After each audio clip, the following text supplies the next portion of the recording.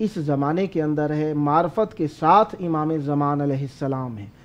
امام زمان علیہ السلام کے موضوع پر ہم نے جو اختیار کیا موضوع معرفت امام زمان علیہ السلام ہے۔ امام زمان علیہ السلام کے موضوع پر معرفت میں چند موضوعات کو ہم زیر بحث لا سکتے ہیں۔ ان بحوث کے اندر سے مولا کی ولادت ہے، القاب ہیں، ذکر قرآن میں ہے، حدیث میں ہے، اقوال ائمہ میں ہے، مختلف مذاہب میں ذکر ہے، مولا سے متعلق وظائف ہیں، جزیرہ برمودا جو کہ لوگوں کے لیے ایک بہت ہی زیادہ پیار بھرا، محبت بھرا ایک موضوع ہے، لوگ اس کے بارے میں بھی جاننا چاہتے ہیں۔ نائبین امام زمان علیہ السلام، اس موضوع پر بھی بات ہوتی ہے، نواب خاصہ و عامہ۔ اس موضوع پہ غیبت ہے، وہ مولا کی غیبت کی بھی پھر دو اقسام ہیں، صغرا اور کبرا، اس موضوع پر بھی بات کی جا سکتی ہے۔ ابتدائے غیبت کب سے ہوئی، صغرا ابتدائے غیبت صغرا جو تھی اس کی ابتدا کب سے ہوئی، انتہا کب ہوئی، اور غیبت کبرا کی ابتدا کب ہوئی، انتہا کب ہوئی، اس غیبت کے فوائد کیا ہیں، مولا فیصلہ کرنے کا کون سا طریقہ اختیار کریں گے، اور بھی کافی سارے موضوعات۔ ان سب موضوعات کو شروع کرنے سے پہلے جس طریقے سے ہمارے پروگرام کا ایک طریقہ کار ہے، اس میں سب سے پہلے سلام عرض کرتے ہیں مولا کے حضور، آئیے تاکہ مومنین بھی اس زیارت میں شریک ہو جائیں۔ بسم اللہ کیجیے۔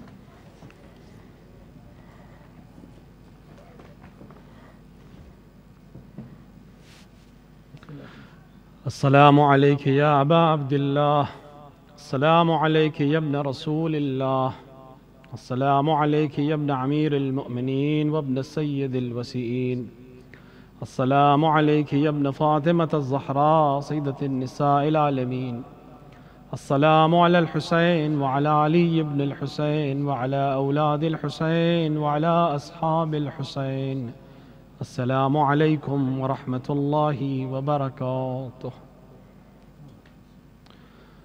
السلام علیک یا عبد الصالح المطیع للہ ولرسول ولامیر المؤمنین، السلام علیک یا ابن امیر المؤمنین، السلام علیک یا قمر بنی ہاشم، السلام علیکم ورحمۃ اللہ وبرکاتہ۔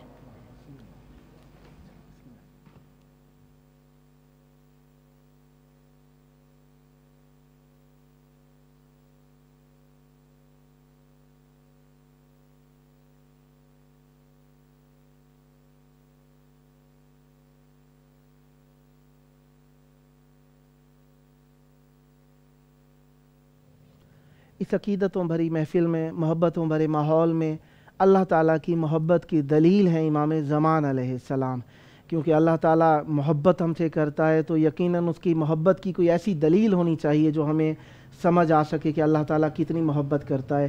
اہل بیت علیہ السلام جتنی ہم سے محبت کرتے ہیں، ان کی محبت کا اظہار شفاعت کی صورت میں، ہمارے گناہوں کی بخشش کی صورت میں، ہمیں پریشانی ہو تو کہا کہ جب تمہارے اوپر مصیبتیں نازل ہوئیں تو فنزلوا بنا، ہمارے پاس آ جاؤ۔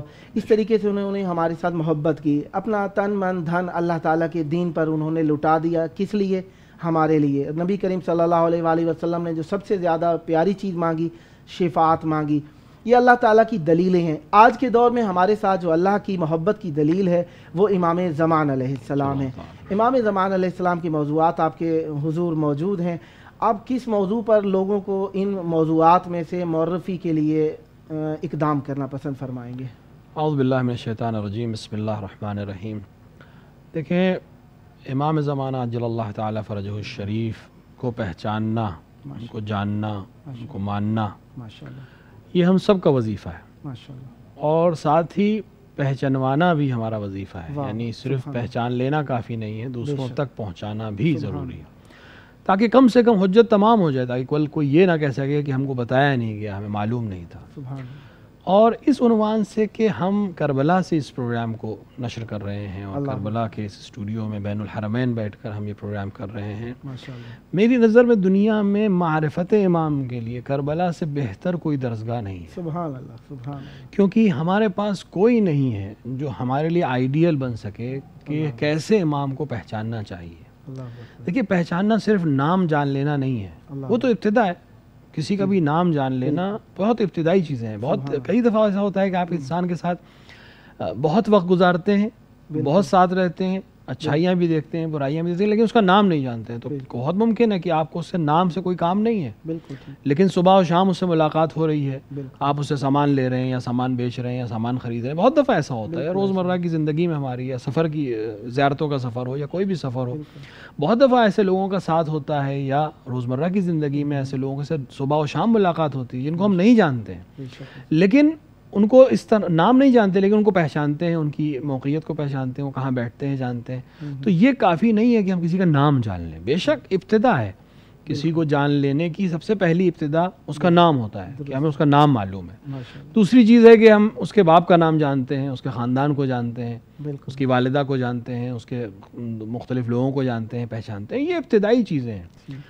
صرف نام جان لینا معرفت نہیں ہے، ابتدا ہو سکتی ہے. خود ہم کربلا میں بیٹھے ہیں، کربلا سے ہمیں سبق مل سکتا ہے کہ صرف نام جان لینا یا کسی شخصیت کو پہچان لینا کافی نہیں ہے. کیونکہ وہ لوگ جو امام حسین علیہ السلام کو شہید کر رہے تھے، کیا وہ لوگ امام حسین کا نام نہیں جانتے؟ امام حسین کا نام جانتے تھے، بالکل. امام حسین کا شجرہ نہیں جانتے تھے؟ بہتر جانتے تھے. امام حسین کے سلسلے میں ہر چیز جانتے تھے، لیکن اس کے باوجود امام حسین کو قتل کر رہے تھے، امام حسین کی طرف تیر چلا رہے تھے. اللہ اکبر. اور قیامت تو یہ ہے کہ امام حسین کو قتل کر کے خدا کا شکر بھی کر رہے تھے. یعنی یہ حد ہے عدم معرفت کی. یعنی معرفت اگر صحیح طریقے سے اور صحیح راستے سے ہم تک نہ پہنچے تو ممکن ہے کہ انسان کسی معصوم کو پہچاننے کے باوجود اسے قتل کرنے کی سازش کرے اور قتل کر دے، اور اس کے بعد خدا کا شکر کرے کہ میں نے قتل کر دیا. یعنی اس حد تک انسان اور عوام کو لایا جا چکا ہے. اللہ کیوں؟ کیونکہ نام جان لینا کافی نہیں ہے اگر معرفت اس طرح سے نہ ہو جس طرح سے ہونی چاہیے. امام کو ویسے پہچاننا جیسے امام ہے، امام کو ویسے جاننا جیسا وہ ہونا چاہیے، جیسا وہ ہے، وہ اصل معرفت ہے. امام کو اپنے ذہن کا امام نہ بنائیں، اپنی پسند کا امام نہ بنائیں، بلکہ خدا نے جس امام کو ہمارے لیے پسند کیا ہے اپنی پسند کو اس طرف مائل کریں. یعنی ہماری پسند وہی ہونی چاہیے جو امام کی پسند ہو. یعنی آپ نے مختصراً میں آپ کی بات سے جو نکات لیے میں نے ان کو عرض کر دیتا ہوں کہ یعنی آپ بیان کرنا چاہتے ہیں کہ مولا کی جو معرفت جلالی جمالی ہے کافی نہیں ہے، فقط جلالی کافی نہیں. جلالی معرفت یہ ہے کہ لوگ نام جانتے ہیں، اجداد جانتے ہیں، شجرہ جانتے ہیں، محل رہائش جانتے ہیں، آمد شہادت یہ جانتے ہیں. اس معرفت کے اندر ہمارے ساتھ اہل سنت حضرات یا اہل غیر مسلم بھی ہمارے ساتھ شریک ہیں. اس میں یہ معرفت کافی نہیں ہے، غیر مسلم بھی شریک ہیں، کافی سارے لوگ بھی ہمیں جانتے ہیں. پھر اس کے بعد آ جاتی ہے معرفت جلالی. یہ جو ہے یہ معرفت جو ہے یہ ہمارے اہل تشیع کے لیے ہے کہ معصوم علیہ السلام برحق ہیں، کیا دلیل ہے؟ معصوم علیہ السلام امام ہے، قرآن سے کیا دلیل ہے؟ حدیث سے کیا دلیل ہے؟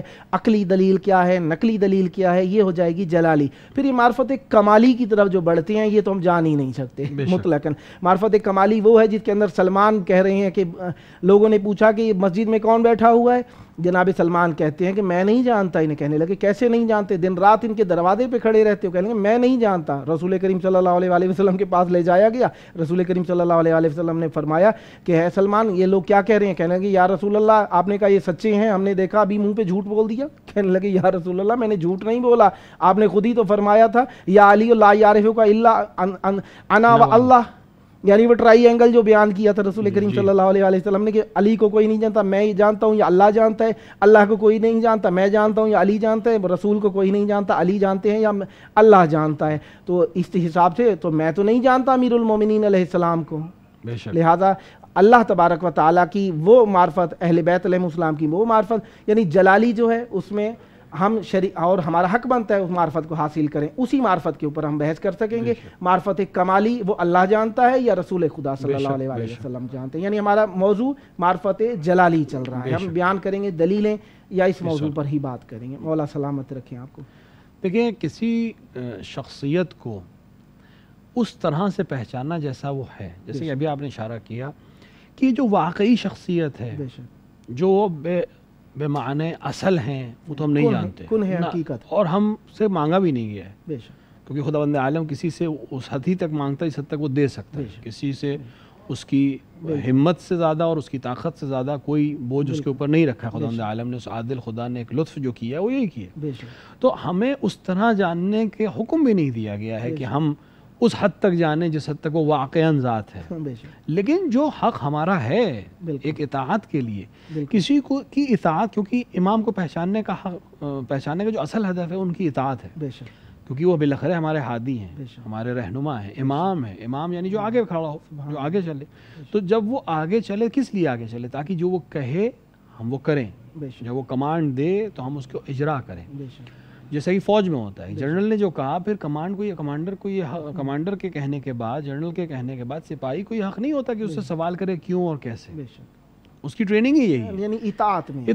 اطاعت کے لیے جب تک ہماری سمجھ میں نہیں آئے گا کہ یہ کمانڈر ہے اور اس نے ایک عمر گزاری ہے کمان کو حاصل کرنے میں، اور یہ اس صلاحیت کا مالک ہے جو حکم دے رہا ہے، اس پر چلنے کے نتیجے میں ہم اس جنگ کو جیت لیں گے یا اس مہم کو سر کر لیں گے. اس لیے یہ جو سپاہی ہے اپنے کمانڈر کی بات سنتا ہے کہ اس کو ٹریننگ یہ دی گئی ہے کہ تم اس کو اس لیے فالو کرو کیونکہ اس کے انسٹرکشنز کو فالو کر کے، اس کی بات کو مان کر، اس کے حکم پر عمل کر کے ہی تم جنگ جیت پاؤ گے. اس دنیا کی ہر طرح کی جنگ، چاہے وہ اقتصادی جنگ ہو، چاہے وہ جسمانی جنگ ہو، چاہے وہ ذہنی جنگ ہو، ہدف ہمارا اس آخرت کی طرف بڑھنا ہے جہاں ہمیں پہنچنا ہے، جو معرفت خدا ہے. تو معرفت خدا تک پہنچنے کے لیے ضروری ہے کہ کوئی ایسا آئے جو معرفت خدا کو ویسا رکھتا ہو جیسا وہ ہے. ہم نہیں رکھ سکتے، ہمارے اندر کیپیسٹی ہی نہیں ہے، ہم سے توقع بھی نہیں کی گئی. تو ایک بیچ میں ایک ایسا سورس لایا گیا جو ادھر سے ملا ہوا ہو اور ادھر سے بھی ملا ہو، ہم کو لگے ہمارا ہے، دراصل وہ ادھر کا ہو اور اس کا ہو، کیونکہ وہ خود آ نہیں سکتا تھا. یعنی یہ کمی اس کی ذات کی نہیں ہے، یہ کمی ہماری ہے کہ ہم اس تک نہیں پہنچ سکتے. وہ اتنے کمال پر ہے کہ وہ ہماری حد پہ نہیں آ سکتا، لہٰذا اس نے بیچ میں ایک سلسلہ قائم کیا جس کو آپ سلسلہ نبوت بھی کہہ سکتے ہیں، اور اس کا امتداد ہے سلسلہ امامت، جو آ کر ہمیں وصل کرے ان سے. تو اگر ہمیں اس دنیا سے نکلنا ہے سرخرو ہو کر اور آخرت کے کمال پر پہنچنا ہے، تو ہمیں ایک امام کی ضرورت ہے، ایک نبی کی ضرورت ہے، اور نبی کے نمائندے امام کی ضرورت ہے جو ہمیں اس خدا تک اور اس آخرت تک پہنچا سکے جہاں پہنچنے کے لیے ہمیں خلق کیا گیا، اور اس خدا تک پہنچائے جو واقعی خدا ہے، ذہنوں کا خدا نہ ہو، بنایا ہوا خدا نہ ہو، کتابوں کا خدا نہ ہو. کیونکہ جنہوں نے امام کے در کو چھوڑ کر یا نبی کے در کو چھوڑ کر خدا کو پہچاننے کی کوشش کی، ان کا حال آپ دیکھ رہے ہیں. کبھی وہ چوتھے آسمان پہ آ جاتا ہے، کبھی کرسی پہ بیٹھتا ہے تو آواز آنے لگتی ہے، کبھی اس کے گھنگریلے بال ہو جاتے ہیں، کبھی وہ لڑکے کی شکل میں ہو جاتا ہے، کبھی اس کی ٹانگ جہنم میں جا رہی ہے. اس خدا کی ہمیں ضرورت نہیں ہے جو خدا وہ تشبیہات سے بالا تر ہے، کیونکہ مختلف بین الخالق والمخلوق. کیوں ایسا ہوا؟ کیونکہ ان کے ذریعے خدا کو پہچاننے کی کوشش کی گئی جو خدا کو پہچانتے نہیں تھے. تو ہمیں ایک امام کی ضرورت ہے جو خدا کو ویسے پہچانتا ہو جیسا وہ ہے. سبحان اللہ. لیکن اس کے لیے پہلا مقدمہ ضروری ہے کہ ہم پہلے امام کو ویسے پہچانیں جیسا وہ ہے. سبحان اللہ. کیونکہ اگر ہم امام کو نہیں پہچانیں گے صحیح طریقے سے تو ممکن ہے کوئی بھی کاذب آ کے ہمارے سامنے کھڑا ہو جائے اور کہہ دے کہ میں امام ہوں. تاریخ گواہ ہے. لوگ چونکہ مطلب اسی کربلا سے ہم بات کو شروع چونکہ کر چکے ہیں، کیوں کوفے کے لوگ دھوکہ کھا گئے جب ابن زیاد چہرے پہ نقاب ڈال کر آیا؟ کیونکہ انہوں نے نام سنا تھا امام حسین کا، معرفت امام حسین نہیں تھی. تو کوئی بھی فریبی آ کر فریب دے سکتا ہے. اگر لوگ امام حسین کی معرفت رکھتے ہوتے تو امام کا جب نمائندہ وہاں موجود ہے تو اس کی بات سنے بغیر کیوں کسی کے استقبال میں جاتے؟ معرفت کے طریقے کیا استعمال کیے جا سکتے ہیں؟ ایک سادہ شخص جاننا چاہے معصوم علیہ السلام کو، اس کا کیا طریقہ ہو سکتا ہے کہ مولا کو؟ دیکھیں طریقے تو بہت سے ہیں، اب ہر انسان کے لیے فرق کرتا ہے. ٹھیک ہے. دیکھیں ایک طریقہ تو یہ ہے کہ انسان خود سامنے بیٹھے کسی کو جانے پہچانے، اس وقت ممکن نہیں ہے کیونکہ ہم جس شخصیت کی بات کر رہے ہیں وہ مصلحت الہیہ سے نظروں کے سامنے نہیں ہے، یا ہماری نظریں اس لائق نہیں ہے کہ ہم اسے دیکھیں. یہ بھی ایک بحث ہے، انشاءاللہ کسی وقت پہ کریں گے اس کو، کہ وہ نہیں دکھ رہے ہیں یا ہم نہیں دیکھ پا رہے ہیں. یہ بھی ہمارے گناہوں کے پردے ایسے ہیں کہ جو ہم اس نور کو دیکھ نہیں پا رہے، ورنہ وہ تو سامنے بیٹھے ہیں، ہمیں نہیں دکھ رہے ہیں. جس طریقے سے اذن دخول میں بھی بالکل یہی اشارہ ہے. تو پہچاننے کا سب سے پہلے جو آج کا طریقہ ہے جو ہمارے درمیان رائج ہے وہ مجالس ہیں، محافل ہیں، کتابیں ہیں، خصوصی پروگرامز ہیں، خصوصی کلاسز ہیں. بہت ضروری ہے کہ جس طرح ہم یہ پروگرام کر رہے ہیں اسی طرح ہر علاقے میں، ہر منطقے میں ہمارے علماء، ہمارے دانشور حضرت کے لیے جیسے کہ آپ نے اشارہ کیا کہ وقت معین کریں، کم سے کم دن کا ایک وقت، جیسے مثلا جمعے کا دن ہے حضرت سے مخصوص ہے، تو صرف یہ اس حد تک نہ رہ جائے کہ ہم دعا پڑھ لیں، بلکہ اس دعا کے آگے بڑھنے کی کوشش کریں کہ اس دعا کے نتیجے میں کیا ہونے والا ہے۔ معذرت کے ساتھ آپ کی بات قطع کلامی معاف، جب جس طریقے سے ہم کسی سے پوچھتے ہیں کہ آپ نے امام زمان علیہ السلام کی مدد کے لیے کیسی تیاری کی، تو لوگ کہتے ہیں جی میں نے دعا کر دی تھی، جی یہ لسانی وہ تھی، آمادگی تھی، ایک مرتبہ جسمانی، فکری، روحی آمادگی ہونی چاہیے۔ بھائی دیکھیں، آپ جس کی بات کر رہے ہیں، جس کے لیے دعا کر رہے ہیں، بالکل وہ آ گیا تو پھر کیا کرنا ہے؟ وہ آگے معجزہ کرے گا، بالکل آگے اس کو ایک اشارہ کر دے گا، سب صحیح ہو جائے گا۔ اگر یہ عقیدہ ہے تو پھر کچھ کرنے کی ضرورت ہی نہیں، پھر تو دعا کرنے کی بھی ضرورت نہیں۔ بالکل، یا کچھ ہمیں کرنا ہے، بالکل ہمیں اگر ہمیں کچھ کرنا ہے تو ہمیں معلوم ہونا چاہیے کہ ہمیں کیا کرنا ہے۔ ویسے اس اعتبار سے تو ہم اکثر دعا ایک عمومی جو مانگتے ہیں نا، اس دعا میں یہ مانگ لیتے ہیں مولا ہمیں اپنا سپاہی بننے کی توفیق عطا فرما۔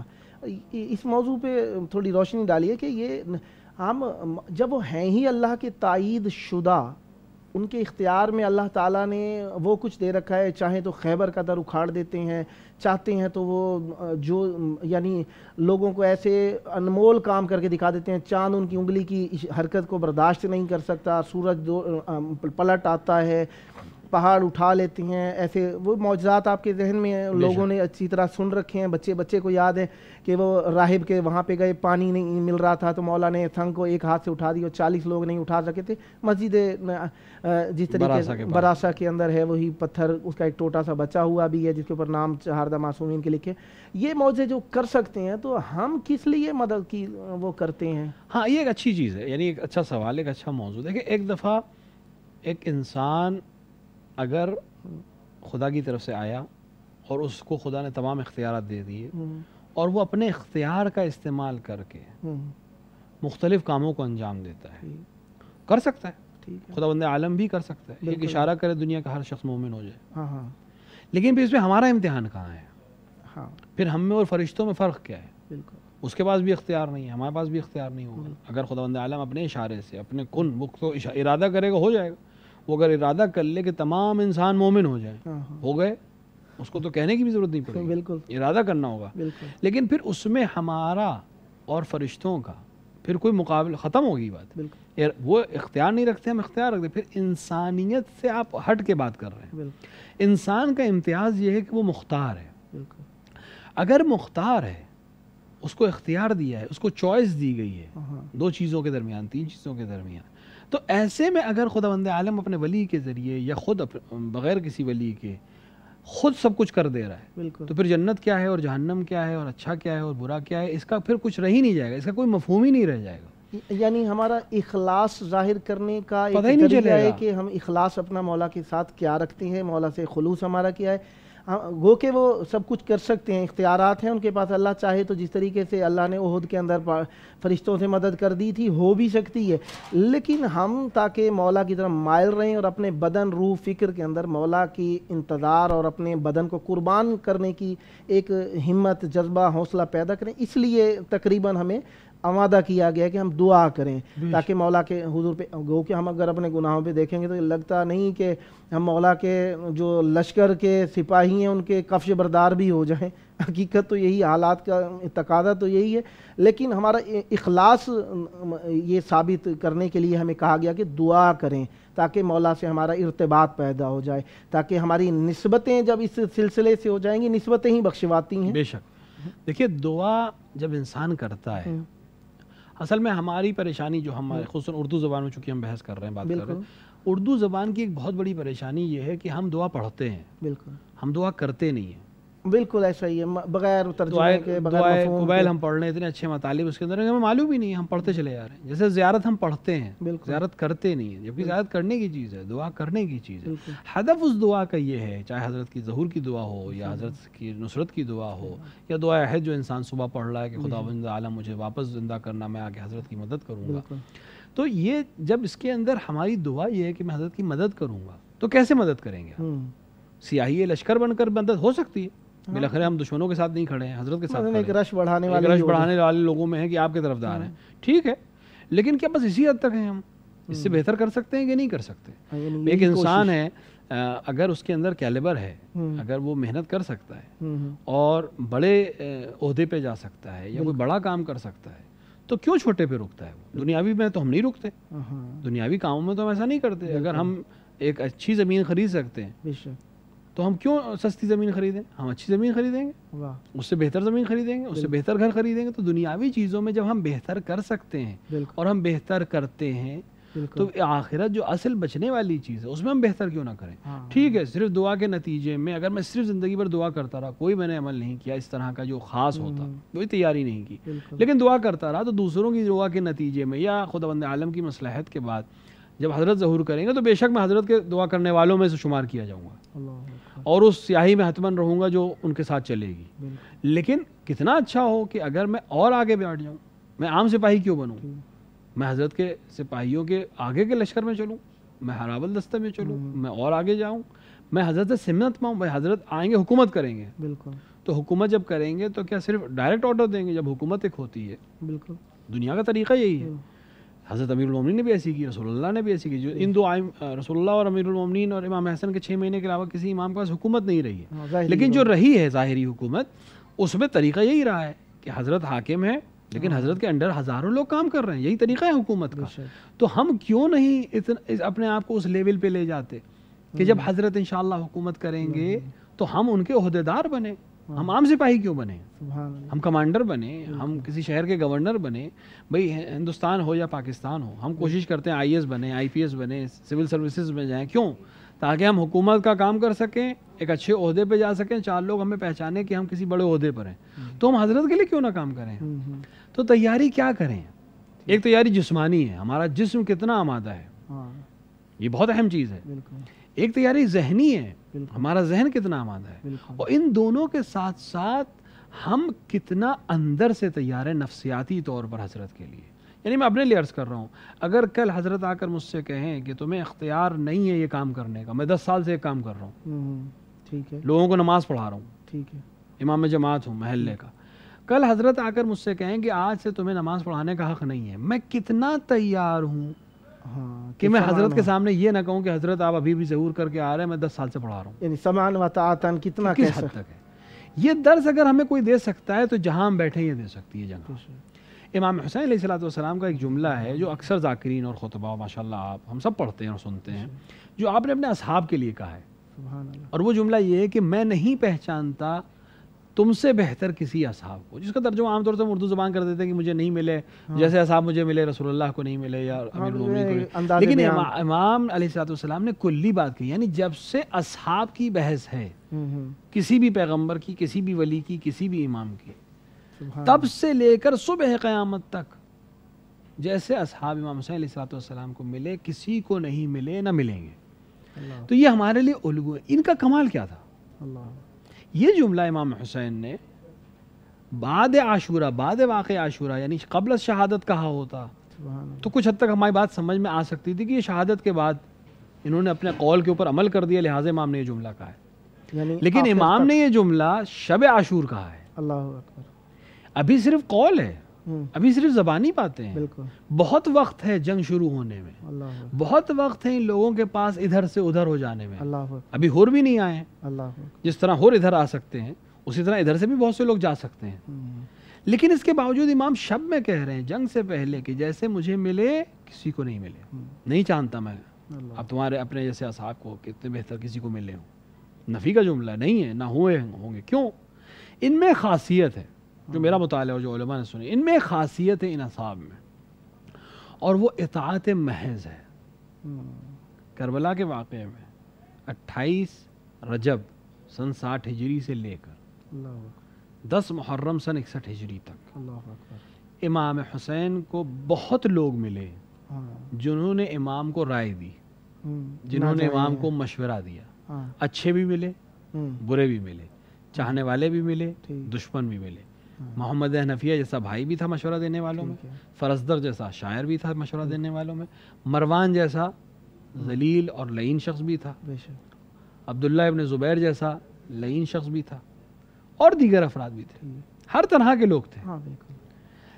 لیکن اس پورے واقعے میں وہ لوگ جنہوں نے امام حسین کو مشورہ دیا، جنہوں نے امام حسین پر اشکال کیا، جنہوں نے امام حسین سے سوال کیا یعنی اعتراض کیا، وہ کربلا سے محروم ہو گئے۔ کربلا میں وہی رہ پائے جنہوں نے امام کی اطاعت کی۔ یعنی معرفت امام کی پہلی سیڑھی یہ ہے کہ اب جس امام کو تم نے اپنا امام مان لیا ہے اس سے پھر سوال کرنے کا تمہیں حق نہیں ہے۔ اور اس کی اعلیٰ ترین مثال کون ہے؟ ان اصحاب میں بھی جو اعلیٰ ترین جگہ ہے وہ حضرت کی جگہ ہے۔ یہ تعجب کی چیز نہیں ہے کہ ہم کربلا میں، جہاں میں اکثر کہتا ہوں کربلا میں جہاں امام معصوم کا حرم ہو، پنجتن میں سے ایک کا حرم ہو، وہیں 300 میٹر کے فاصلے پر ایک اور قبہ ہو، ایک اور بارگاہ ہو، ملجأ ماوا ہو مردم کا، لوگوں کا، باب الحوائج جسے کہا جائے، معصوم کی موجودگی میں، یہ بہت بڑی بات ہے۔ کیوں یہ مقام مل رہا ہے؟ کیونکہ اطاعت کی اس منزل پر ہیں جس میں کوئی نہیں پہنچ پایا۔ میں نے عرض کیا 28 رجب سے لے کے عاشور کی عصر تک اگر کوئی شخصیت ایسی ہے جو ہر مقام پر امام کے ساتھ تھی لیکن بالکل خاموش ہے، آپ کو کہیں نہیں ملے گا، نہ سوال، نہ جواب، نہ اعتراض، نہ پوچھنا، صرف اطاعت محض، وہ ابو الفضل عباس ہے۔ یعنی میں اس مقام پر ہوں کہ میں امام وقت سے سوال نہیں کر سکتا، کیونکہ امام سے سوال کرنے کا کیا مطلب ہے؟ جب ہم کسی سے سوال کرتے ہیں تو کیا ہوتا ہے؟ مطلب سوال کرنے کا مطلب یہ، سوال سے مراد یہاں پہ اعتراض ہے۔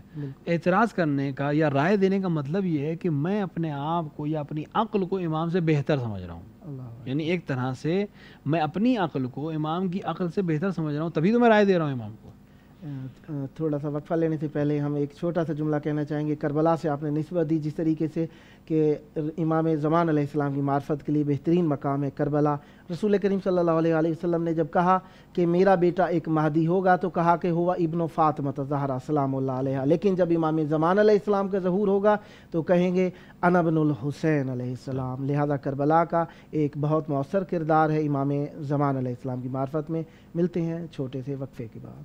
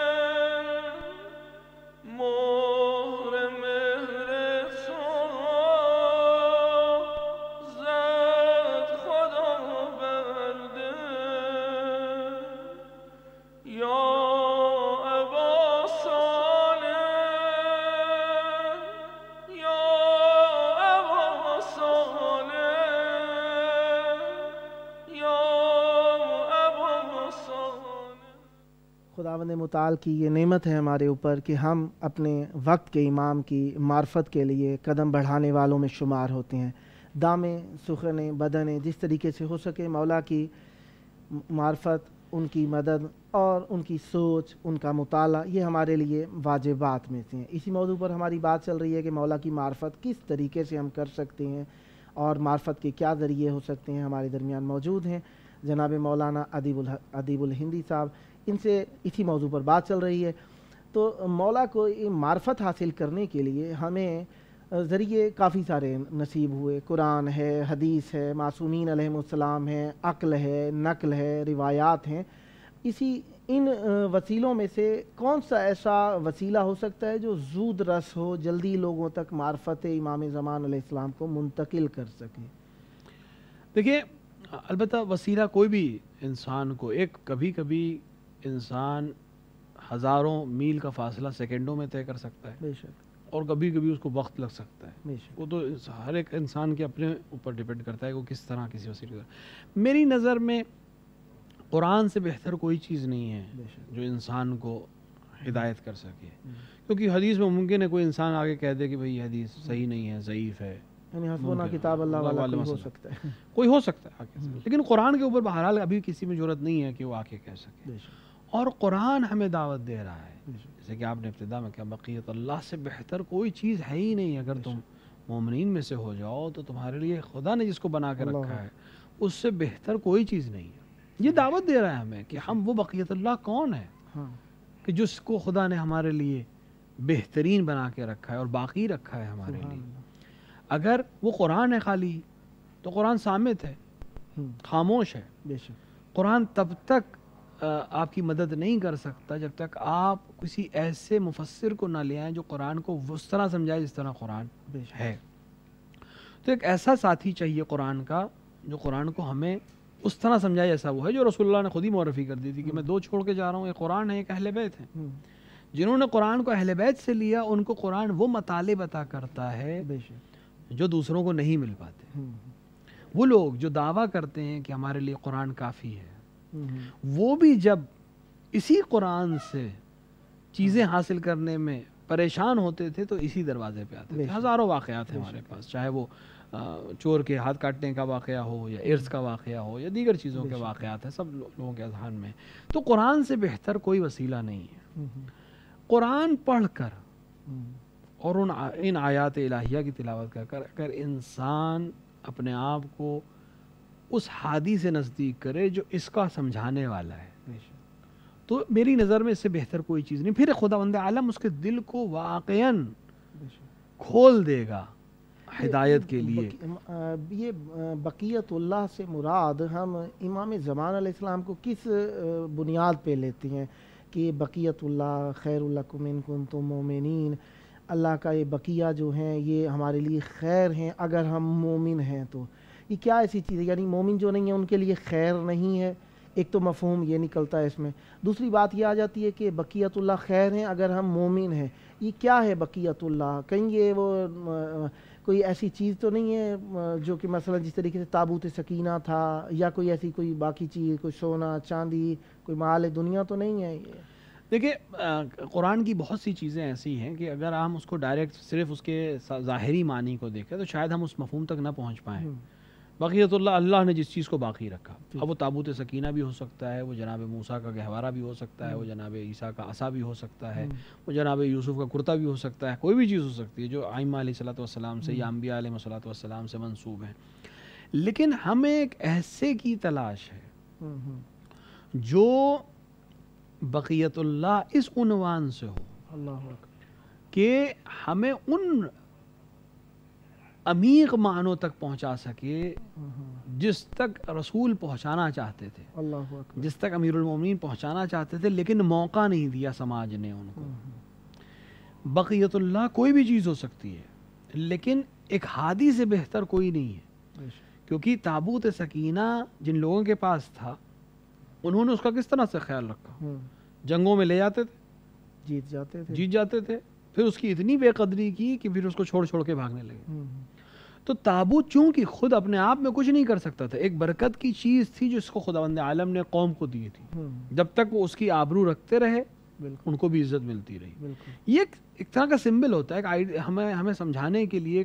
داستان قرآن مجید افسانے لکھنے نہیں آیا تھا، قرآن مجید ہمیں کہانیاں سنانے نہیں آیا تھا. ہمیں اس لیے بتا رہا ہے یہ کہانیاں کہ ہم اس سے سبق لیں کہ کسی شے کو جس کو خداوند عالم نے عظمت دی ہے اس کو اگر تم نے اس طرح سے رکھا جیسے رکھنے کا تمہیں حق ہے یا خداوند عالم نے جیسے رکھا تو تمہیں عظمتیں ملیں گی، اس کے صدقے میں تمہیں بھی ملیں گی. بقیت اللہ امام زمان ہی کیوں؟ کوئی اور بھی چیز ہو سکتی ہے، کیونکہ خداوند عالم نے کئی وعدے کیے ہیں اسی قرآن میں جو ابھی پورے نہیں ہوئے. ان میں سے سب سے اہم وعدہ یہ ہے کہ یہ دین جو اسلام کا دین ہے، جو پیغمبر، اصل تو پیغمبر کا نہیں، جناب آدم سے شروع ہونے والا دین ہے جو کامل ہوا، جس کا آخری ورژن پیغمبر لے کر آئے، یہ پوری دنیا کا دین ہوگا، چاہے مشرکوں کا دل اس سے کیوں نہ ٹیڑھا ہو یا برا بنے، لیکن آج تک ایسا ہوا نہیں ہے۔ ایک وعدہ الہی ہے جو حتماً محقق ہونا چاہیے، قرآن سے تو کسی کو انکار نہیں ہے، لیکن ابھی تک ہوا نہیں ہے۔ یہ کیسے ہوگا؟ یہ قرآن خود کرے گا آ کے، تو ابھی تک تو ہوا نہیں۔ کوئی اور چیز پیغمبر سے منسوب آ کر اسے کرے گی، پیغمبر کے منہ مبارک دنیا میں مختلف جگہوں پہ ہیں، لوگ جا کے اس کی قدر کرتے ہیں، اس کی اہمیت کو دکھاتے ہیں اور مانتے ہیں۔ کسی نے بہت اچھی بات کہی تھی کہ لوگ بال کو مانتے ہیں، آل کو نہیں مانتے۔ سبحان اللہ۔ پیغمبر کے جسم کے اس حصے کو مانتے ہیں جو جسم سے جدا ہو چکا ہے، لیکن جسم کے ان حصوں کو نہیں مانتے جو واقعا جسم کا واقع جیتا جاگتا حصہ ہے۔ یعنی رسول کی نسبت سے کافی ساری چیزیں جس طریقے سے تاریخ کے اندر آئیں، جس طریقے سے امام جعفر صادق علیہ السلام کے ہاتھ میں عصا تھا، ایک شخص آگے بڑھا اور چومنے لگا، معصوم علیہ السلام نے فرمایا اس کو چوم رہے ہو، یہ رسول سے نسبت رکھتا ہے، یہ رسول کا ہاتھ لگا ہوا ہے، میرے اندر رسول کا خون دوڑ رہا ہے۔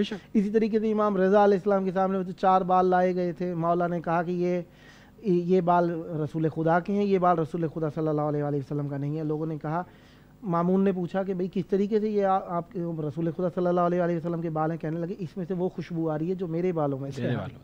تو وہی مسئلہ ہے کہ ہم اشیاء میں پھنس گئے اور اصل سے دور ہو گئے۔ بالکل۔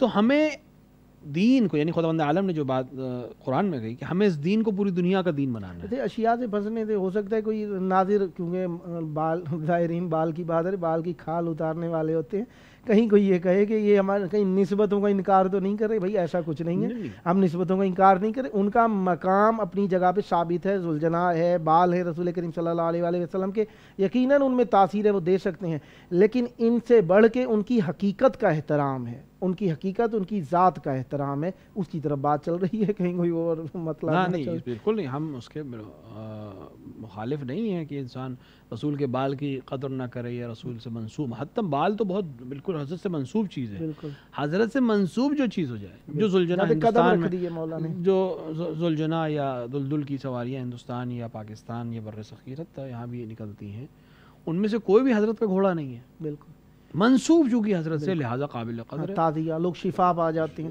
حسین ٹیکری جس طریقے سے ہندوستان میں حسین ٹیکری ہے، بگھرا ہے، اور بھی مختلف جگہ، حتی ہم لکھنؤ میں ہیں، لکھنؤ میں امام حسین علیہ السلام سے منسوب کربلائیں بنی ہوئی ہیں، شبیہ حرم کی بنی ہے، جناب عباس علیہ السلام کی بنی ہوئی ہے، اور دیگر ائمہ کی، لکھنؤ میں تقریباً سارے ائمہ کے حرم کی شبیہ موجود ہے۔ وہ شبیہ وہی کام کر رہی ہے جو حضرت یہاں کر رہے ہیں، جبکہ وہاں حضرت دفن نہیں ہے، اس میں کسی نے ادعا نہیں کیا کہ کربلا کے نام سے، لیکن چونکہ حضرت سے منسوب ہے تو خداوند عالم نے اس ذات کو اتنی عظمت دی ہے کہ جو چیز بھی اس سے منسوب ہے وہ بھی ملجا و ماوا لوگوں کے لیے ہے، اس سے انکار نہیں ہے، لیکن کیا اس کی وجہ سے کربلا ختم ہو جائے گی، اس کی حقیقت ختم ہو جائے گی؟ نہیں، کربلا کی حقیقت اپنی جگہ پہ رہے گی، خاک شفا یہی مٹی رہے گی، اسی طرح بہت سی چیزیں۔ تو یہ بات بیچ میں نکل آئی کہ دیکھیں، جو چیز خداوند عالم نے مقدس بنائی ہے اس کا احترام اپنی جگہ پر ہے، لیکن ان چیزوں سے وہ چیز حاصل نہیں ہو پا رہی ہے جو خدا نے وعدہ کیا ہے۔ ہمیں ضرورت ہے ایک ایسے کی جو خدا کے اس وعدے کو محقق کرے کہ پوری دنیا پر اسلام چھا جائے گا، ابھی تک نہیں چھایا۔ یعنی وہ بقیت اللہ کیا چیز ہیں جو کہ خیر ہیں مومنین کے لیے۔ ہم نے اس چیز کا اظہار کیا کہ ہو سکتا ہے مال ہو، نہیں مال نہیں ہو سکتا، کیوں؟ موال کبھی کسی کے لیے خیر ہوتا ہے، کبھی کسی کے لیے وبال جان بن جاتا ہے۔ ہو سکتا ہے اولاد ہو سکتا، یہ بھی نہیں ہو سکتا کیونکہ یہ کبھی خیر ہوتا ہے، کبھی یہ بھی وبال جان ہو سکتا ہے۔ زمین ہو، کہا نہیں یہ بھی نہیں ہے، کبھی بھلائی ہوتی ہے، کبھی اس میں بھی برائیاں پیوستہ ہیں۔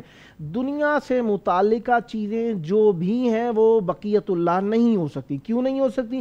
اس لیے نہیں ہو سکتی کہ دنیا سے متعلقہ چیزیں وہ چیزیں ہیں جو کہ امیر المومنین علیہ السلام نے اس دنیا میں شامل ہونے کی وجہ سے کہہ دیا تھا کہ اے دنیا غری غیری، کسی اور کے پاس کسی اور کو دھوکہ دینا، مجھے دھوکہ نہ دینا۔ مولا علی علیہ السلام روزانہ 3 مرتبہ طلاق بائن دیا کرتے تھے دنیا کو کہ اے دنیا کسی اور کو دھوکہ دینا۔ اس بات سے ثابت ہوتا ہے، معصوم علیہ السلام کی سیرت سے، معصوم کے اقوال سے یہ بات ثابت ہوتی ہے کہ یہ بقیت اللہ جو ہیں یہ کوئی عام چیز، دنیاوی چیز نہیں ہے، کوئی ایسی چیز ہے جو کہ صرف اور صرف خیر ہے مومن کے لیے۔ بے شک اور وہ مومن ایسا ہے کہ جو کہ کامل ایمان والا، راسخ ایمان والا ہی ہے، جس کے لیے یہ چیز خیر ہے. یعنی اس کا خیر ہونا اس بات پہ دلالت کر رہا ہے کہ ایک طرف مومن ہے، ایک طرف بقیت اللہ ہے. بقیت اللہ خیر ہے اس مومن کے لیے. بے شک مومن جو ہے اللہ پہ ایمان رکھتا ہے، ہر وہ چیز جو کہ اللہ کی طرف سے آئی ہے اس پر ایمان رکھتا ہے، اس لیے وہ بقیت اللہ اس کے لیے خیر ہو گئی ہیں. یعنی مومن کے لیے جو چیز خیر ہے، اس کا مطلب ہے کوئی دین سے متعلق چیز ہے، یقیناً وہ کوئی ایسی چیز ہے جو کہ اللہ تبارک و تعالیٰ کے ہاں اتنی متبرک ہے کہ مومن کے لیے فقط وہ خیر ہے. باقی سب کے لیے وبال جان بن جانا ہے، تکلیف زحمت کا سبب بن جانا ہے. یہ نہیں کہ ان کی ذات کے اندر تکلیف ہے یا ان کے اندر وبال معاذ اللہ ثم معاذ اللہ نقل کفر نباشد، ایسا نہیں ہے.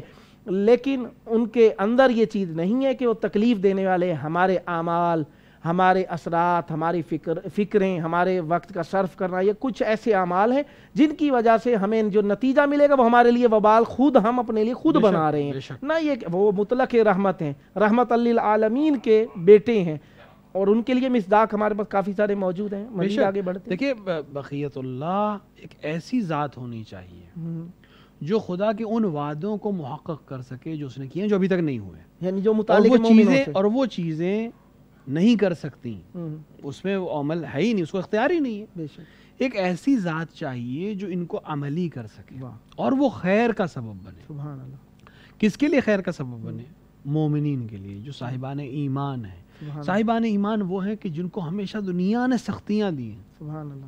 ایمان کے ساتھ سختی اس کو ملنی، کیونکہ دنیا میں تو ایمان کے ساتھ سختی آنی ہی آنی ہے. یہ ہو ہی نہیں سکتا کہ دنیا میں ایمان بھی ہو اور سختی نہ ہو. یہ تو نہیں ہو پائے گا. یہ آخرت کی چیز ہے، جنت کی چیز ہے. دنیا میں اگر کوئی شخص ایمان کے ساتھ ہے تو اس کو سختیاں جھیلنی ہی جھیلنی، اس کو پڑیں گی ہی پڑیں گی. لیکن ان سختیوں کے باوجود اس کے لیے خیر بن کے آئے گی کوئی چیز، وہ ہے بقیت. عذاب میں کیا فرق ہے؟ دیکھیں سخت عذاب، خداوند عالم کبھی کبھی کچھ چیزیں ایسی ہوتی ہیں جو دونوں کے ساتھ اکٹھا استعمال ہوتی ہے لیکن معنی و مفہوم میں الگ ہوتی ہے. اگر ہم ایک سختی اور عذاب کہیں ایک ہی سینٹنس میں تو تقریباً ایک ہی معنی میں آ جاتا ہے. لیکن ایک دفعہ سختیاں یعنی پریشانیاں، ہر پریشانی عذاب نہیں ہوتی. ایک انسان بیمار ہوا ہے، ضروری نہیں کہ عذاب ہو، ممکن ہے امتحان ہو، ممکن ہے اس دنیا سے خداوند. بعض روایات میں ہے، پیغمبر اکرم صلی اللہ علیہ وسلم سے روایت ہے کہ بعض گناہ ایسے ہیں کہ جن کی شفاعت یا جن کی بخشش نہیں ہے سوائے کہ انسان مریض ہو دنیا میں. یعنی خداوند عالم کا لطف ہے کہ انسان دنیا میں مریض ہو جائے. اس مرض میں جو یہ سختیاں لے رہا ہے، اس کو دوا کھانی پڑ رہی ہے، اس کو بیماری ہو رہی ہے، اٹھ نہیں پا رہا، بیٹھ نہیں پا رہا، چل نہیں پا رہا، تھکن ہے، یہ سب میں حساب کر لوں گا، آخرت میں اس کو بخش دوں گا. کہ تمہیں دنیا میں جو جھیلا ہے وہ کافی. جیسے کبھی کبھی روزانہ کی مثال دیں، کبھی کبھی ایسا ہوتا ہے کہ انسان، ہندوستان پاکستان دونوں میں یہ مثال دی جا سکتی ہے، کبھی کبھی مقدمہ اتنا لمبا چل جاتا ہے کہ انسان حوالات میں جتنی بار گیا آتا اتنی ہی لمبی اس کو سزا ہوتی ہے. مثلا اس کو کورٹ 3 سال کی سزا دے گا لیکن حوالات میں وہ اس سے زیادہ رہ چکا ہے، تو کورٹ کہتا ہے، بیچ میں ایک ریکمنڈ لگایا تھا، بھائی 3 سال کی سزا ہے آپ کو دی جا رہی ہے اس جرم کے اوپر یا اس غلطی کے لیے، لیکن چونکہ حوالات میں آپ 2.5 سال گزار چکے ہیں لہٰذا آپ 6 مہینے جیل میں رہیں گے. تو یہ ہم لوگ جو اس دنیا میں حوالات میں ہیں، کبھی بیماری کے حوالات میں، کبھی بچہ بیمار ہو گیا، کبھی ایکسیڈنٹ ہو گیا، یہ آخرت میں جو لمبی سزائیں ہیں ان سے بچنے کا ہے. ایک فائدہ اور بھی ہے کہ دنیا میں اگر کوئی چھوٹی موٹی تکلیف آپ کو ہوتی ہے اور سخت تکلیف بھی ہوتی ہے تو بالآخر یہ دنیا ختم ہو جائے گی. لیکن آخرت ہم فیہا خالدون کا مسئلہ ہے، جو وہاں پھنسا وہ بہت لمبا پھنسے گا. لہٰذا بہت بہتر ہے کہ یہاں خداوند عالم حساب کتاب کر لے، وہاں کے معاملات تک نہ پہنچے. تو مومن کے لیے سختیاں ہیں. سختی عذاب نہیں ہوتی، کیونکہ ہم چلیے کسی اور کی بات نہیں کرتے. کیا ائمہ کے اوپر سختیاں کم تھیں؟ ہم کربلا میں بیٹھے ہیں، اس سے سخت جگہ تو گزری ہی نہیں ہے. ائمہ معصوم ہے، گناہ کا شائبہ تک نہیں ہے. سختی کو کئی معنوں میں ہم استعمال کر سکتے ہیں. کبھی کئی امتحان کے لیے استعمال کر سکتے ہیں، کبھی کبھار ہمارے لیے آزمائش کے لیے استعمال ہو جاتا ہے، جو کہ ذو معنی ہی ہے امتحان اور آزمائش کے لیے. کبھی کبھار ایسا ہوتا ہے ہماری برداشت سے زیادہ کہ کوئی ایسا کام ہو جانا، چاہے وہ میٹھا زیادہ کھا لیا ہے یا کھانا زیادہ کھا لیا ہے، یہ بھی سختی بن جاتا ہے. کبھی کبھار اس طریقے سے ہو سکتا ہے سختی وہ ہمارے عمل کا نتیجہ جو اللہ کی طرف سے پاداش کے طور پر ہمیں ملے گا، ہمارے لیے زحمت کا سبب بنے گا. وہ یعنی ایک عمومی زبان کے اندر ہم سختی تسلی اور عذاب کو ایک ہی معنی میں استعمال کر لیتے ہیں کبھی کبھار، لیکن شرعی معنی کے اندر لے کر آتے ہیں تو وہ عذاب جو ہے نا وہ خاص لفظ کے لیے استعمال ہوتا ہے، جو ہمارے لیے تکلیف کا سبب ہوگا، زحمت کا سبب ہوگا، تڑپنے کا مثلاً کافی ساری کیفیات کا سبب بن جائے گا۔ تو مومن کے لیے دنیا سخت ہے، دنیا کی سسٹم ہی اس طرح کے مومن کے لیے سخت ہے، بالکل، چاہے وہ ائمہ علیہ السلام جو راز ہیں پوری دنیا کے، جن کے صدقے میں دنیا آئی ہے، ان کے لیے بھی دنیا سخت تھی، سختیاں تھی ان کے لیے دنیا میں، کیونکہ بے شک وہ جس چیز کے پیروکار تھے یا جس چیز کو لے کر آئے تھے وہ دنیا میں ایڈجسٹیبل نہیں تھی، یعنی دنیا سے مراد دنیا کے سماج میں جو دو لوگ دنیا میں رہ رہے تھے۔ ورنہ اگر امیر المومنین علیہ السلام جیسی شخصیت ہم کسی کے بھی سامنے رکھیں سب کو اچھی لگے گی، کسی کو بری نہیں لگے گی۔ امام حسین سب کو اچھے لگیں، برے کسے لگیں گے؟ جب تک آپ اچھی باتیں کر رہے ہیں، آپ اور ہم بیٹھے یہاں اچھی باتیں کر رہے ہیں، سب کو ہماری بات اچھی لگے گی، لیکن جب ہم یہ اچھی بات سماج میں رائج کرنا چاہیں گے تو جن لوگوں کے لیے یہ چیزیں پسندیدہ نہیں ہیں، یا جو لوگ سماج میں رخنا ڈالنا چاہتے ہیں، یا جو لوگ سماج کو پست کرنا چاہتے ہیں، جو لوگ سماج کو ختم کرنا چاہتے ہیں، یا اپنی منفعت کے لیے سماج کو استعمال کرنا چاہتے ہیں، وہ آپ کے اور ہمارے مخالف بن جائیں گے۔ ہماری بات غلط نہیں ہے، لیکن ان کے مفاد سے ٹکرا رہی ہے۔ امام علیہ السلام کی دشمنی کا ہدف بھی یہی تھا، یعنی سبب یہی تھا کہ کون امام حسین سے دشمنی کر سکتا ہے، اتنی پاک صاف ذات سے کون رسول اللہ سے، یعنی آخرت کی سختیوں سے بچنے کے لیے مولا کے ساتھ چلا جائے تاکہ ہم اپنی آخرت کو سنوار سکیں، اور اسی کے لیے ہمارے فکرات کے اندر مولا کی معرفت ضروری ہے۔ مولا کی معرفت ضروری نہیں اس لیے ہے کہ اگر مولا کی معرفت نہیں ہوگی تو کس طریقے سے ان کی ہدایت کے سائے میں آ جائیں گے، کس طریقے سے ان کی بات کو قبول کریں گے۔ اس کی معرفت کے لیے ایک چیز ضروری یہ بھی ہے کہ معصوم علیہ السلام کے پاس کوئی ایسی چیز ہونی چاہیے جس کی سبب سے ہم مولا کو پہچان سکیں۔ اب دیکھیں ایک سوال ہوتا ہے کہ مولا جب ظہور کریں گے، ہم کافی سارے موضوعات انشاءاللہ آگے بھی چھیڑیں گے، تو اس اعتبار سے کہ جب مولا کا ظہور ہوگا تو مولا کی معرفت کا کیا ذریعہ ہوگا کہ مولا یہ مولا ہیں؟ دیکھیں بہت سی روایات اس سلسلے میں ہیں کہ حضرت جب ظہور کریں گے تو ان کو کیسے پہچانا جائے گا۔ خود حضرت کے شکل و شمائل روایات میں آئے ہیں کہ حضرت کے شکل و شمائل جو ہیں ان سے لوگ ان کو پہچاننے لگیں گے۔ حضرت کا دعویٰ کرنا کہ میں بقیت اللہ ہوں، خانہ کعبہ کے نزدیک انشاءاللہ آ کر وہ دعویٰ کریں گے، اور اس کے بعد جو حضرت نشانیاں پیش کریں گے، رسول اللہ اکرم صلی اللہ علیہ وسلم کا امامہ آپ پیش کریں گے، امام حسین علیہ السلام سے منسوب چیزوں کو پیش کریں گے، اور بھی بہت سی تبرکات جو حضرت تلوار ہے، انگوٹھی رسول اکرم، نالین، یہ سب وہ چیزیں جو حضرت کی تھیں، ایک طرح دعویٰ ہے۔ اچھا ہم نے تو دیکھی نہیں، ہمیں کیسے پتہ لگے گا کہ یہ مولا؟ ہاں یہ بھی ایک اچھا سوال ہے کہ ہم نے تو دیکھی تو ہے نہیں۔ کچھ چیزیں ایسی ہوتی ہیں کہ یہ اپنی حقیقت کو خود اجاگر کرتی ہیں۔ جیسے ایک دفعہ بہت اچھی بات کہی تھی کسی شخص نے کہ دعائے صبا کی سند کیا ہے، تو انہوں نے جواب دیا تو خود دعائے صبا، یعنی وہ جملے سند ہیں کہ یہ کسی غیر کے نہیں ہو سکتے سوائے صاحب نہج البلاغہ کے، یعنی امیر المؤمنین کے جملے بتا رہے ہیں کہ میں امیر المؤمنین کی زبان سے نکلا ہوں، یعنی ان میں عطر ایسا ہوگا، ان میں عطر، ان کے اندر رویت ایسی ہوگی، ان کو دیکھتے ہی انسان کے اندر وہ چیزیں پیدا ہو جائیں گی۔ چین سے ہمارا مقابلہ چل رہا ہے اچھا خاصا،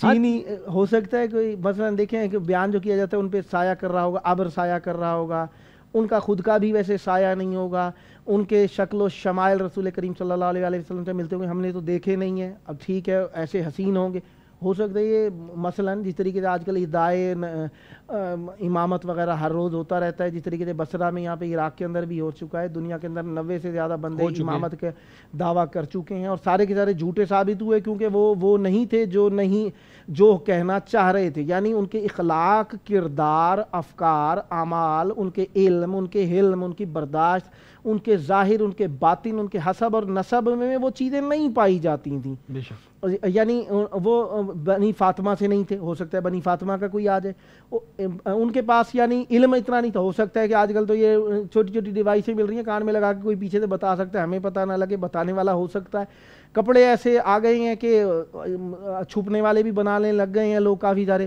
ہو سکتا ہے اب تو آج کل آپس میں جو سٹرائیکیں ہو رہی ہیں، موسم بدل دیا جاتا ہے ملکوں کا، بادل بھی بنا لے، ہو سکتا ہے کوئی ایسا آلہ بنا لے سایہ نہ بننا دے، تو اس کیفیت میں ہم مولا کو کیسے پہچانیں گے؟ دیکھیں یہ چیزیں واقعاً آج کے دور میں ایک اچھا سوال ہے اور جوانوں کے ذہن میں بھی آ سکتا ہے کیسے. دیکھیں سب سے پہلی چیز تو یہ کہ جو واقعاً خدا کا نمائندہ ہوتا ہے اس کو خداوند عالم ایک الگ ہی چیز عطا کرتا ہے، اور اس کو پہچاننے میں اس وقت ہمیں دقت نہیں ہوگی. شرط صرف ایک چیز کی ہے کہ ہم واقعاً اس کو پہچاننے کے لیے آمادہ ہوں. ایک تو پہلی چیز ہے، ورنہ اس پہ کوئی شک نہیں کہ ہمیں امتحان لینا پڑے گا. ورنہ ہر دعوے دار کو اگر ہم امام ماننے لیں گے تو پھر تو جیسے 90 کی ابھی تک بات ہے اور اس سے پہلے تاریخ میں گزر چکے ہیں اور بعد میں بھی گزریں گے جب تک حضرت نہیں آ جاتے. بے شک سائنس ترقی کر کے ہمیں بہت سی چیزیں دے رہی ہے، لیکن سائنس کی ترقی یافتہ چیزیں کتنی بھی ترقی کر جائیں، جو خداوند عالم کی عطا کردہ چیز ہے اس کا مقابلہ نہیں کر سکتی. آپ کی بات کو مختصر کرتا ہوں کیونکہ وقت ختم ہونے والا ہے. آپ کے الفاظ میں ادا کر دیتا ہوں. یعنی کہ لوگ مولا کے پاس آئیں گے، سارے کے سارے آئیں گے، کچھ مایوس ہو کے اپنی منخواہ چیزیں نہیں پائیں گے، کیونکہ کافی سارے ایسے لوگ بھی ہوں گے نا کہ جو مولا کے قتل پہ آ جائیں گے، آپ کی ضرورت نہیں ہے، لوٹ جائیے. ایسے بھی کئی لوگ نکل آئیں گے. تو لہذا مولا ان لوگوں کو کنٹرول کرنے کا کہیں گے، بھاگ جائیں گے. کچھ لوگوں نے ایسے کام کیے ہوں گے، منع کریں گے، چلے جائیں گے. لیکن مولا ان سب کو منع کرتے رہیں گے. آہستہ آہستہ لوگ سارے چلے جائیں گے. جس طریقے سے علامہ امینی نے اپنی کتاب نے داد گستر جہان میں لکھا، جس طریقے سے لوگ آئیں گے، مختلف جگہوں سے آئیں گے مولا کی پکار پر، مولا کے معجزات بھی دیکھیں گے. لیکن جس طریقے سے اور ائمہ طاہرین علیہ السلام کے معجزات دیکھ کر واپسی لوٹ گئے تھے، یہاں سے بھی لوٹ جائیں گے. لیکن پورے عالم میں پھریں گے، انہیں نجات دہندہ فقط جو ملے گی مولا کی ذات ملے گی. جو چیز مولا کی ذات میں ملے گی وہ کہیں سے میسر نہیں آئے گی.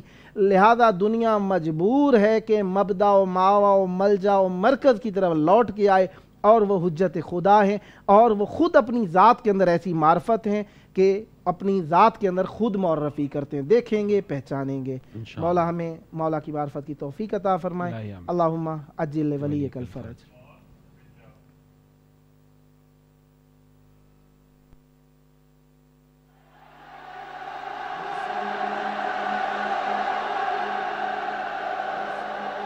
بادشاہ حسین حسین بادشاہ حسین بادشاہ حسین حسین بادشاہ حسین.